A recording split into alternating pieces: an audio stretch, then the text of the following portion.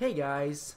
So today we are going to practice more on how to balance a chemical equation.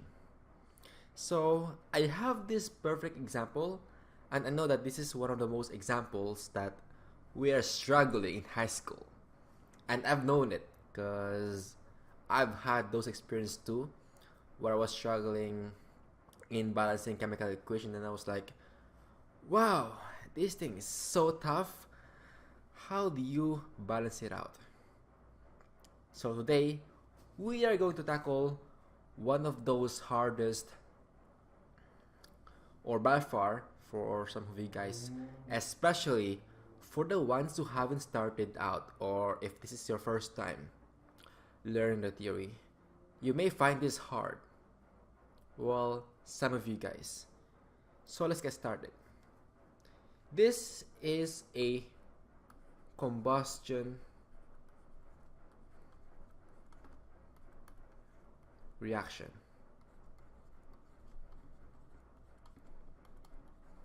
And we are only going to study the complete version of it. Alright? So, I have this perfect example here. In a combustion reaction, we have a propane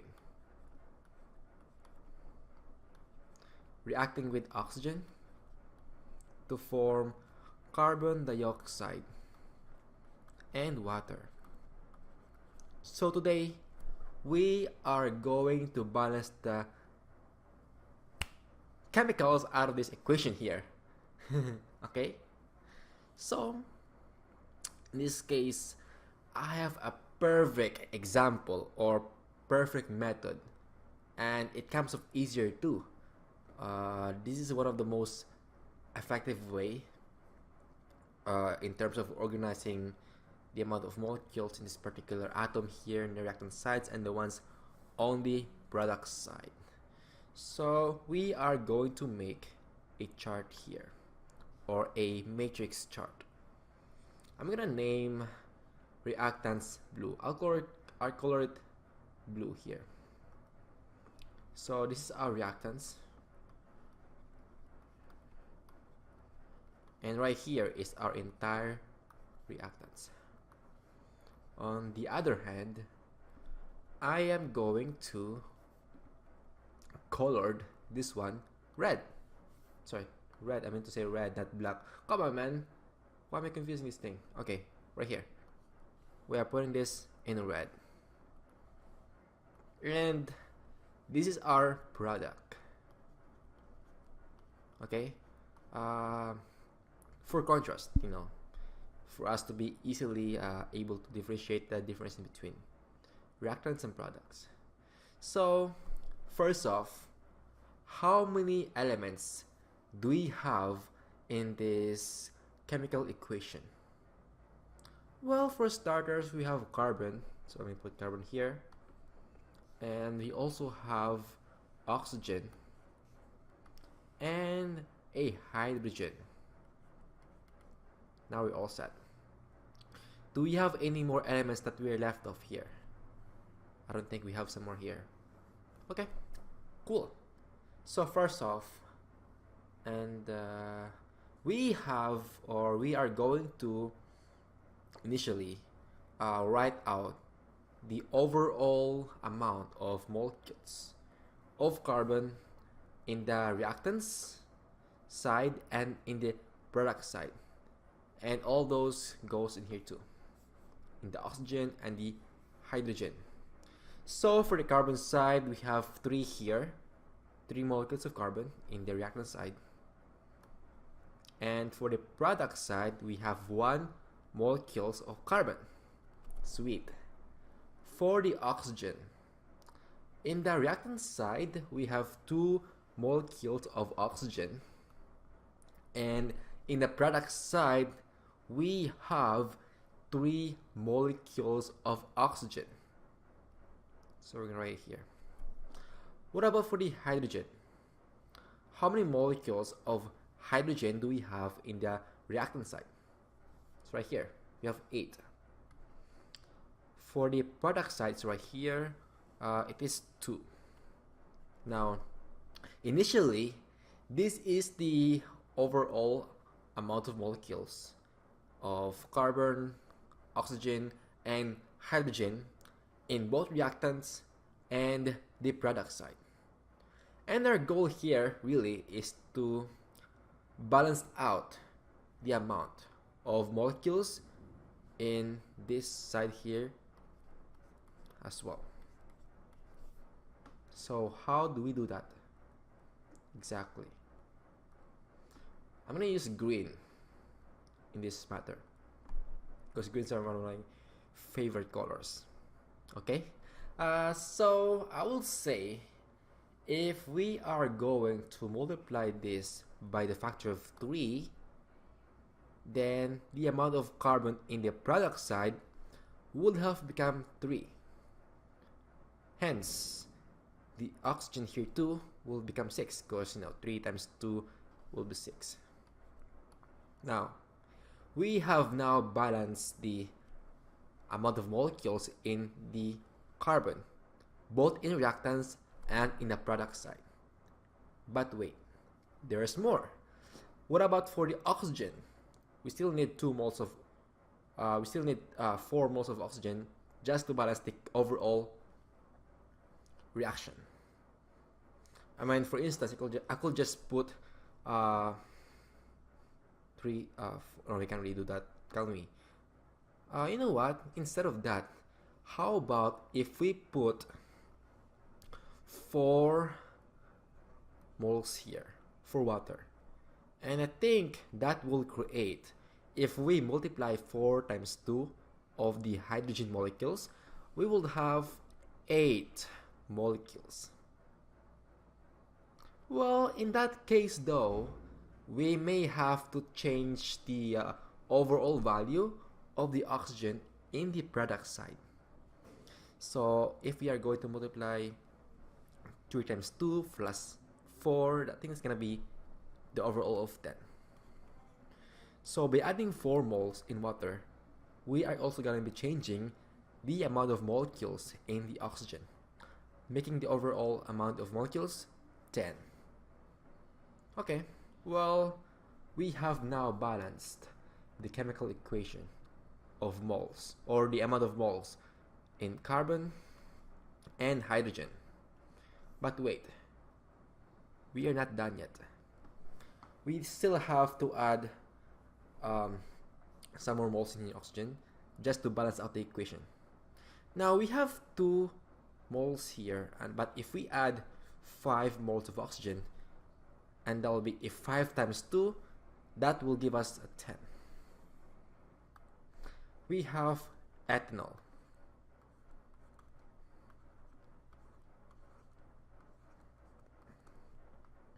Now, this compound here is an organic compound. It is a form of a carboxylic acid. Sorry, this is an ethanoic acid, not an ethanol, my bad. Or some of you guys may call this acetate. You can also call this CH3CO2H, or this.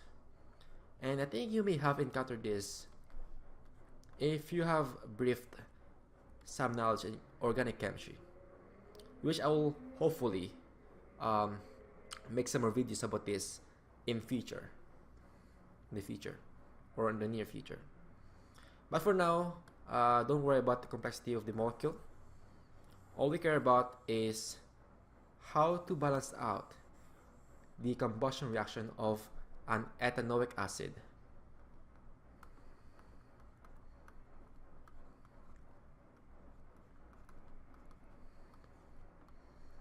Now, I think for me, this is one of the most hardest by far. So let's figure out how to balance this organic molecule here. Again, this entire row here, and I'm gonna use blue color again. this entire row here is the product side, and this one over here is the reactant side. So this one over here is the product side, the blue one is the product side, and the red one is the wait. I mean, the blue one is the reactant side and the red one is the product side. Sorry for the confusion, guys. My bad. And we are going to use the table for that matter. Alright, in this case, we only have 3 molecules or 3 elements. We have carbon, oxygen, and hydrogen. So I'm gonna use blue for the reactant side, and I'm gonna use red for the product side. Isn't it fun balancing out the chemical equation? I'm getting goosebumps right now. Like my hair is kind of like racing in my arms as I speak to you guys. I mean, this is very exciting for me. I don't know about you guys, but it's very fun balancing out the chemical reaction. Anyways, initially though, and I'm going to use green color for this one over here, we are going to initially count the overall molecules per each of these substance here, or sorry, for each of these elements here, in both reactant and in product side. So I'll do this briefly, since you guys already have some experience doing that.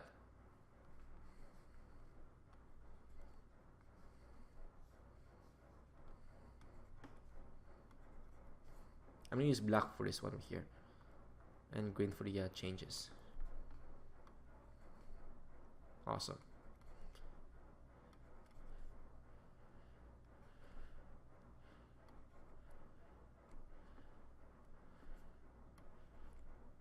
Okay, so we have here 4 hydrogen elements, we have 4 oxygen, and 4, wait, I'm supposed to be having 4 carbon. What am I doing?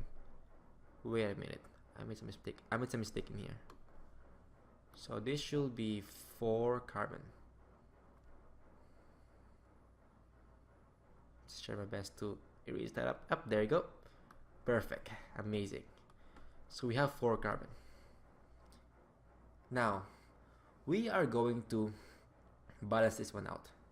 So in this case, I will go for carbon dioxide first, right? And sorry, I'm supposed to put 4 in there, and that will change this into 4, but it will also change the oxygen part. So this will give us 8 oxygen plus 1, which is in total 9. Alright, now these are balanced already, so that's good. Alright, what about for the hydrogen part?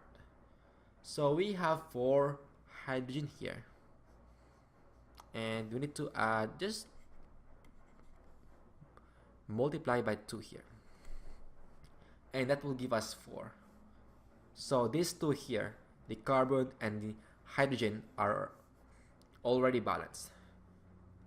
Note that by multiplying this 2 in water, this oxygen here would have get affected. So instead of 9, we now have 10. Alright. But what about this one over here? We have 4 oxygens on the reactant side, and this on the product side we have 10. How do we suppose to balance this one out? Let me see. If we are going to add maybe 2 moles in here, this will give us 4 plus 2, 6. No, it doesn't work like that, because right now we have 2 oxygens here, and we also have extra 2 in here. So I think the best way for us to balance this one out is to add some amount of oxygen in here, and if we are left in no choice, we may have to add some more moles on the ethanoic acid, but let's not hope so. Alright, so if we are going to add 4 here, 4 times 2 is 8 plus 2 is 10. Look at that. We already balanced out the overall chemical reaction. This is amazing. Alright, so let's go check it out. See if they're already, maybe we made something wrong in here. We made some mistakes that we have done on the way along the road. Let's double check. So for the carbon side over here, we have 4 in the reactants, right? And for the product sides, we also have 4, so that's good. This is check. On the oxygen part, we have, say, 4 times 2 is 8, plus 2 is 10. On the product side, we have 4 times 2 here, 8 plus 2 is 10. So this is correct. What about for the hydrogen? Alright, we have 4 here. So that initially is 4. On the product side, we also have 4. So this is correct. So this is the balance chemical reaction for ethanoic acid. Alright, here we have phosphorus reacting with chlorine, which gives us phosphorus chloride. Wait, yeah, phosphorus trichloride. And we are going to balance this chemical equation here. Alright, let's go for it. So again, our very own trusty method here. So we have we have phosphorus atom and chlorine atom. So in this case, you only have 2 then. This is the reactants. This is our products.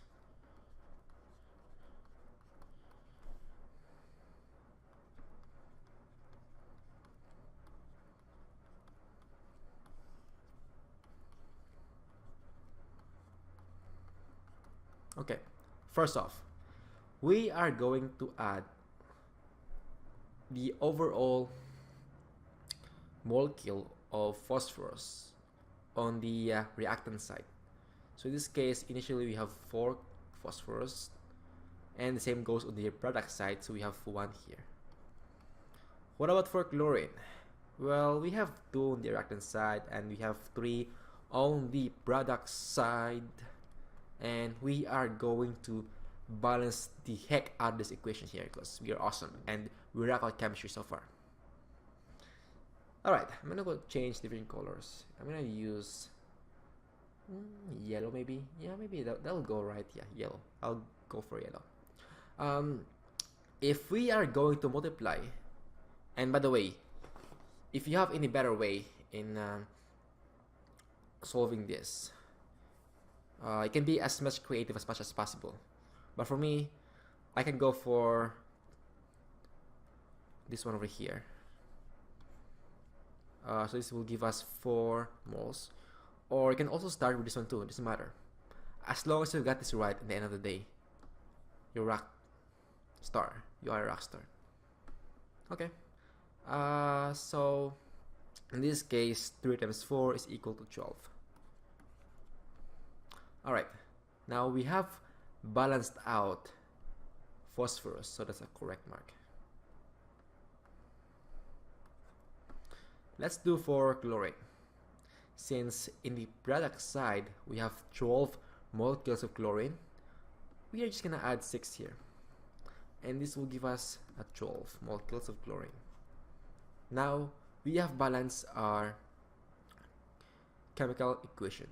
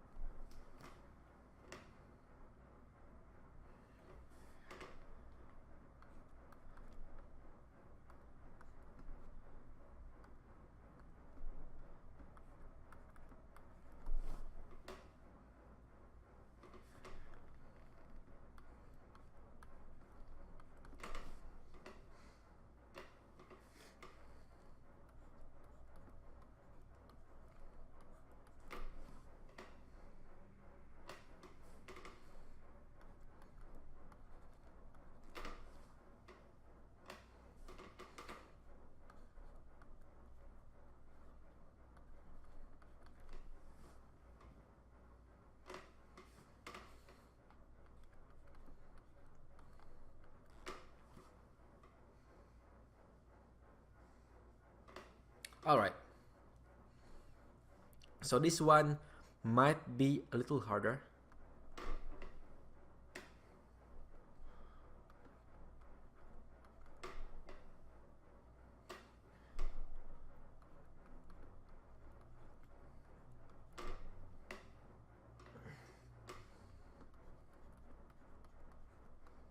Okay, awesome. So we have this particular chemical equation, and that we are going to balance it out without the use of this chart that we just been practicing the entire video. Okay. For instance, we have 2 moles or 2 molecules of chlorine here on the reactant side.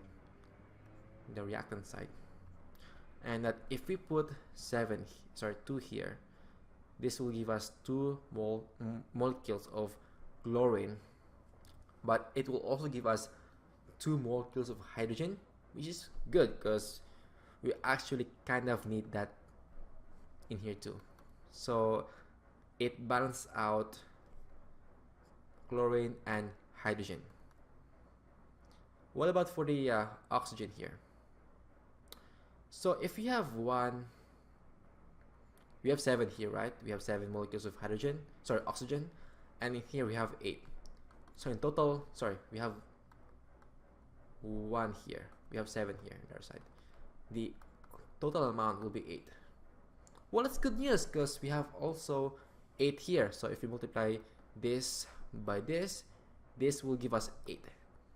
So in essence, these overall chemical reactions are balanced. Okay. I hope you guys understand the concepts of balancing chemical equations. My best advice for you all is to just keep practicing. If you're stuck into a particular problem, use the table. Alright, thank you guys so much for watching. I hope this video will find it very helpful, and if you're new to my channel, please subscribe and don't forget to like and comment on what do you guys think of my lectures, and I hope to see you guys in the next video. Thank you.